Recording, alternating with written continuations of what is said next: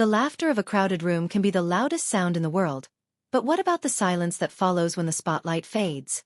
How much pain can be hidden behind a joke told with perfect timing? And how far can someone go to turn personal tragedy into something that makes millions of strangers smile? Phyllis Diller was not just a comedian.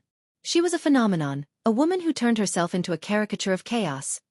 Messy wigs, wild costumes, the cackling laugh that audiences never forgot. But while people thought they knew her, the truth is that she carried secrets, sorrows, and burdens that would have crushed most people. For decades, she balanced two lives. The one that made her famous, and the one hidden in shadows, filled with heartbreak and responsibility she never publicly admitted. Phyllis Diller was born in 1917 in the small town of Lima, Ohio, into a home that didn't resemble the warmth many children dream of. Her parents were much older than most, serious and distant, creating a house where laughter wasn't part of daily life. While most children ran from the thought of death, young Phyllis grew strangely comfortable with it, absorbing a sense of maturity and darkness that would later shape her comedy. Her family's German and Irish roots tied them to Methodist traditions, but Phyllis rejected religion early, already carving out her own unconventional path. When the Great Depression struck, it ripped away whatever stability her family had. She sold newspapers on the street to help, standing in the cold while other children played. These hardships toughened her spirit but also planted the seeds of resilience that would later become her greatest weapon. Even her name carried hidden history.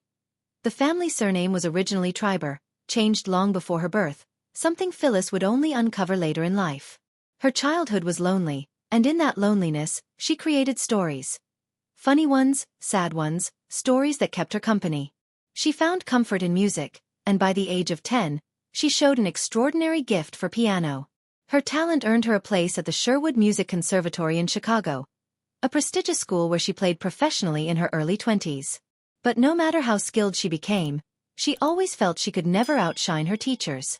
The economic strain of the Depression eventually forced her to give up the conservatory in 1933, leading her into a string of survival jobs. At the time it felt like failure. Yet years later, she would see that loss as a blessing, because it nudged her toward comedy, the true stage where she belonged. In 1935, she tried again, enrolling at Bluffton to study music education, but 2 years later, her path took another sharp turn. She married Sherwood Diller, a choice that would haunt her for years. The marriage pulled her away from her ambitions, but comedy refused to let go of her. Through the 1940s, life was unforgiving. Sherwood bounced between unstable jobs and war plants, their family moved constantly, and Phyllis sank into postpartum depression after the birth of her children. Her first son, Peter, was born in 1940, followed by Sally in 1944. In 1945, another son, born prematurely, lived only 2 weeks. The loss devastated her, but she locked that grief away, never speaking about it publicly. A miscarriage followed, and in the years to come, she endured 6 pregnancies, raising 5 children while quietly burying one. These were tragedies she never joked about, though they were part of the weight she carried each time she stepped on stage. Money was always tight. Sherwood often refused jobs he thought were beneath him, deepening their poverty. They lived on food stamps, and Phyllis tried to scrape by writing for small publications. But she was already transforming chaos into comedy, using her daily struggles as raw material. Her fictional husband Fang, the lazy, incompetent partner she skewered in her act, was rooted in Sherwood's failures, though fans never knew how close the jokes came to reality. By the early 1950s, eviction notices became routine, and unpaid bills threatened to drown the family. In 1952, desperate to survive, Phyllis took a job as a radio copywriter for $75 a week. It was here she invented Phyllis Diller, the homely friend-maker, a character mocking housewife advice. It was her first taste of professional comedy, and even though her husband pushed her toward performing, her first attempts were far from glamorous. Her debut at a veterans' hospital was a disaster. The audience heckled her so badly she could barely finish her set. But Phyllis didn't quit. Even as she pawned jewelry to keep her family afloat, she pressed forward. In 1955, at the age of 37, she stepped onto the stage of San Francisco's Purple Onion Club. This time, something clicked. Her act was fresh, sharp, self-deprecating, and unlike anything audiences had seen.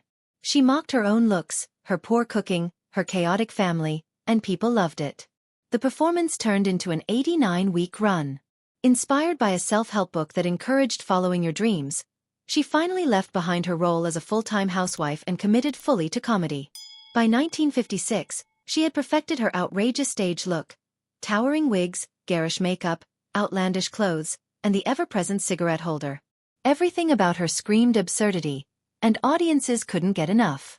In 1958, she released her first comedy album, with a title so provocative that some stores refused to sell it. Still, it sold brilliantly. The album introduced Fang to the world, the bumbling husband who became her most famous comedic creation. Behind the scenes, she meticulously catalogued thousands of jokes on index cards, writing constantly, driven by both ambition and fear of failure. Touring consumed her life, but exhaustion never stopped her. Her television breakthrough came in 1961 on The Jack Paar Show, where her eccentric image and fearless honesty captivated the country. At 43, a divorced mother of 5, she was everything Hollywood usually rejected, but instead, she became a star. Phyllis brought imperfection to the spotlight, laughing at herself in a way that made others feel less alone. Appearances on The Ed Sullivan Show and countless other programs cemented her as a pioneer for women in comedy, paving the way for future generations.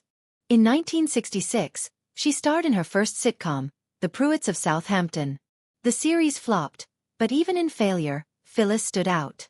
She toured with Bob Hope, made regular appearances on game shows, and became a familiar face across American television. Her catchphrases, her cackle, her relentless self-mockery, she turned them all into a brand. Even in her 50s, she was reinventing herself. She took on the stage role of Dolly Levi in Hello Dolly, performing 8 shows a week while still raising 5 children and dealing with a crumbling marriage. By then, Sherwood had abandoned her emotionally and financially, his mental illness worsening. Divorce was the only option, but it left her with even more responsibility. Her second marriage to actor Ward Donovan was no better. His alcoholism and affairs left her betrayed and alone again. But Phyllis rarely revealed this pain publicly. She cloaked her heartbreak in laughter, maintaining the wild stage persona that audiences adored. Privately though, she found comfort in her relationship with Robert Hastings, a companion who gave her some peace until his death. Family tragedy continued to shadow her. Her daughter Sally's schizophrenia led to years of painful caregiving before Sally was eventually institutionalized. When Sally died in 1993, Phyllis's heart broke again. Later, in 1998, her son Peter died from cancer. These losses cut deeply, but once more, Phyllis channeled her grief into resilience, performing and working, because stopping meant confronting too much pain.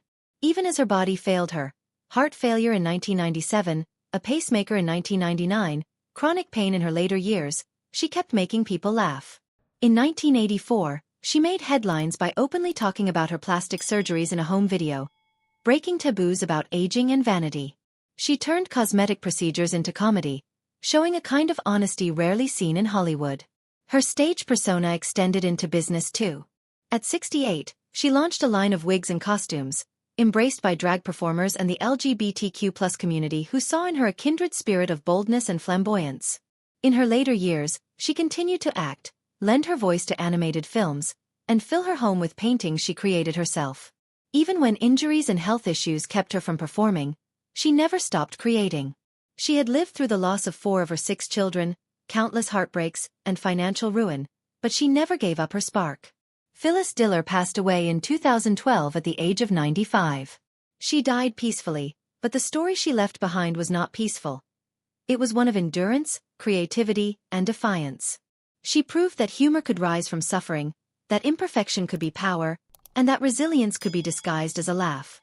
Behind the wigs, the costumes, and the cackling stage persona was a woman who carried more pain than most could imagine, but who still chose to keep the world laughing.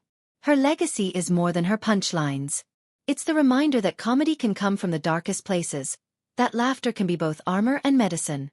Phyllis Diller showed that women could stand on stage, own their flaws, and turn their lives into art. And she did it all with a laugh that the world will never forget. If you enjoyed hearing Phyllis's remarkable story, don't forget to like this video, share your thoughts in the comments, and subscribe for more stories about the legends who shaped entertainment. Their lives were bigger than laughter, and their stories deserve to be remembered.